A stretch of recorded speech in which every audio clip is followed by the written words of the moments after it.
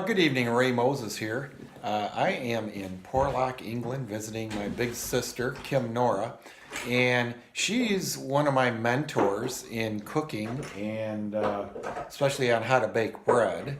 And as many of you know, I really enjoy cooking and eating healthy. So we're going to be cooking a curry cauliflower dish tonight, and we're going to watch how Kim does this.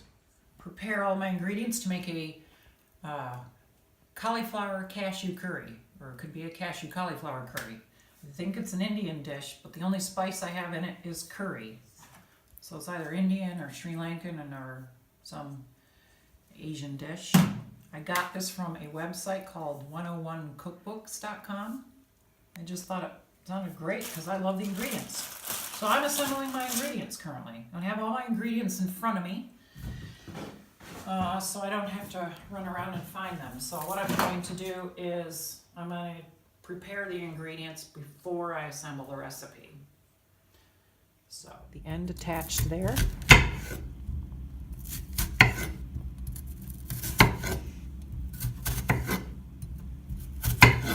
So everything's together, doesn't fall apart. Keep your knuckles in front of the blade so you don't cut, especially your thumb. You don't want that. That would hurt. These into pretty small flowerets, so they're bite size. Okay, so I'll break these up.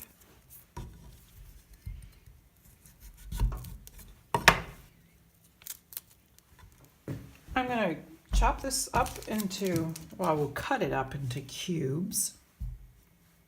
I will saute it until it has quite firm edges. And that's tofu? Yep. I think it's a firm tofu. Feels pretty firm to me. And I'm going to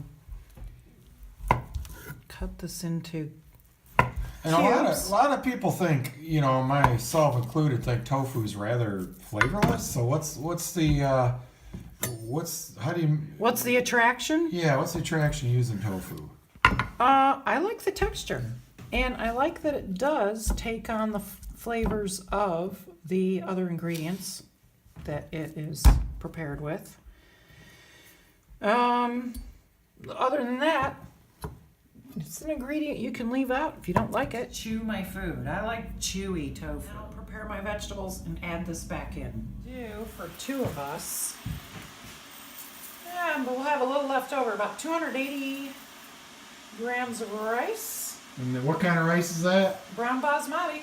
I'm going to add double the weight of boiling water to this. I'm going to put it on, you put it on a heat source. I'm using this ancient thing called a Stanley. What's a Stanley? Stanley is a thing.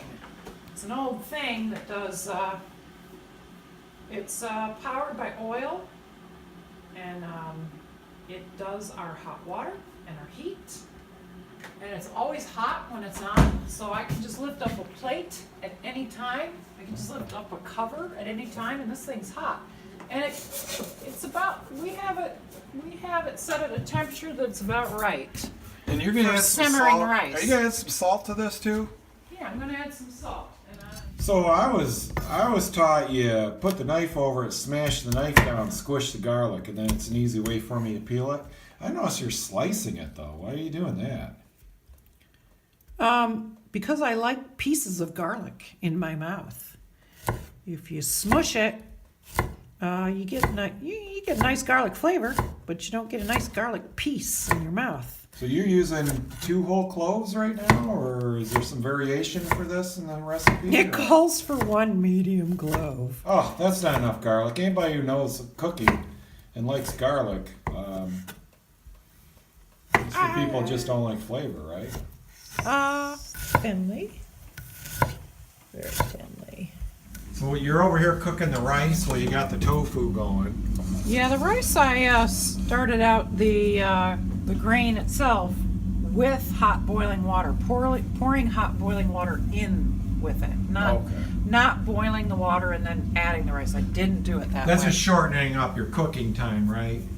You trying to No, multitask? it doesn't shorten the cooking time, but it affects the texture of the rice, especially if you're cooking white rice. You don't want to add white rice to, well, I don't want to add white rice to cold water, bring it to a boil, and then cover it. But this is brown rice. So you don't add an acid to water, or did I get that? I like to have the coating. Okay, but So I it always see all hardens. these recipes that you get the water going first, then you add the rice. But you're saying get the rice toasted, then you're adding the hot No. water to the rice, and you preheat the water. Yeah. You boil That just water sounds first. like crazy to me. It's actually something I learned. I was looking for ways to cook white rice when I was doing a lot of white rice. White rice is not as straightforward as cooking brown rice. Brown rice, you can put it in the pan and add the water, and you're going to get pretty good rice. But with white rice, it's had all the good stuff removed. Not to say that it isn't still nutritious, but what I do is I rinse it, and then I'll put it in a pot on a burner and saute the white rice in a little bit of oil. And I'll put coating on it, kind of an hardened coating on it, and then I'll add hot boiling water to that. I will not add white rice to boiling water because I want to saute the rice. Cook it, but I like the tofu to be chewy. Okay, so you're adding some salt. I am adding some salt, and some of you may think, hey, how about some tofu with your salt? I'm not afraid of salt. Okay, you said it ended up kind of like a bacony type texture, or did you mean taste? I think texture. It's going to have some resistance to your bite, to your tooth. And what else did you put on there besides salt? Salt and pepper. Oh, salt and pepper. And Okay. I am sauteing this in a refined oil, meaning I'm using a grapeseed oil. You could use a rapeseed oil, which is also known to some of you as canola. Not quite the same thing, but soybean oil. You could use grapeseed oil. You could use rapeseed oil. Just some olive oil is a bit too heavy. What sound is that? It sounds it's a crispy sound. Okay, so tofu's done. In my opinion, yes. And how long you been cooking it here? I'll estimate it's been in there about 15 minutes. You know, we haven't talked a lot about the actual ingredients. You can see here on video, but do you recall this all by heart, or do you have some way you store? How do you know what to follow here? Yeah, some stuff I just can't keep in my head. So this recipe, like all the others I care about, I keep in a let's see. It is an app called Paprika. So, sorry. And it's a recipe archiving program. So here I'm looking at my directions, and over here I have my ingredients. Now I've tweaked this recipe. I am not making it exactly as it says, but it will input the recipe and where it's from. It's from 101cookbooks.com. So And what's the exact title of this recipe so other people can look it up? it's called Cashew Cauliflower Curry. And if you go to 101cookbooks.com, you'll see it's called Cashew Curry Recipe. So you are preparing the pan. You put some more grapeseed oil. I did, because I have now removed the my tofu, which I did first. That's Okay. just, The pan is still warm. yep, it's pretty hot. Briefly. 8 pieces of garlic. What's the deal? You get a piece of garlic in your mouth. You get it just brown, and then what are you going to do? Just barely brown. Release even more of the water. They naturally do when they're cooking, but add some salt. Did you use the term sweating the onion? Yep, sweating, you know how when you're sweating, water comes out, you know, on your skin. So I'm gonna do what's called top and tail the beans. Big part of this recipe, green beans. I'm gonna cut them in half. Put them in a bowl so they'll be ready to add with the cauliflower over here.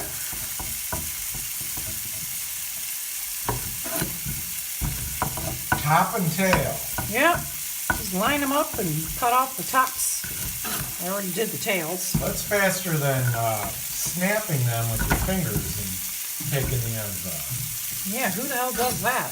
Well, I don't know. I wouldn't have any idea it would be something that stupid. How do you saute a spice? Yeah, you put a little bit of oil in the pan. I've already sauteed the onions, so there's a little bit of moisture in there.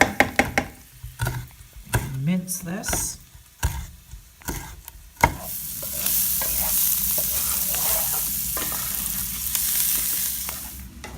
Add some water to this, which will mix with our coconut cream. Coconut cream I'm using, as opposed to coconut milk, it's all pretty much the same. Coconut milk, coconut cream, creamed coconut.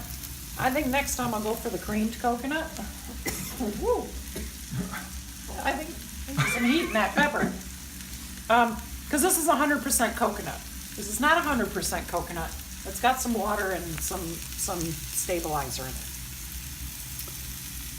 So I'm going to add some water to this.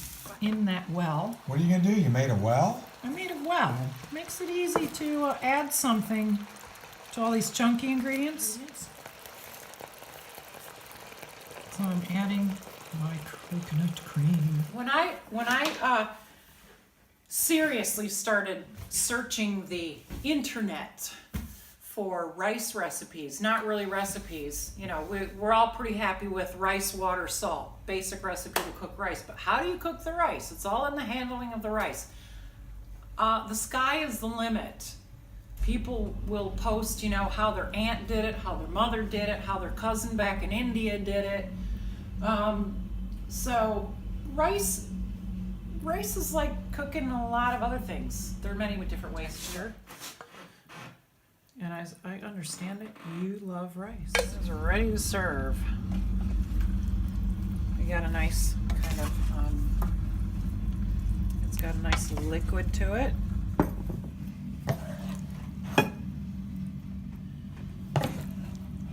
Looks a little bit more presentational. It's brown basmati, served with our cauliflower, green bean, cashew, tofu curry. And we're gonna put some fresh cilantro on that. I love fresh cilantro, so I'm not shy with that. This is a cashew yogurt that I made as a condiment. Would be taking the place of an authentic Indian raita, which is a yogurt. But this is actually a fermented yogurt made from cashews. Nice to have this on the side as a condiment. Also to combine with chutney.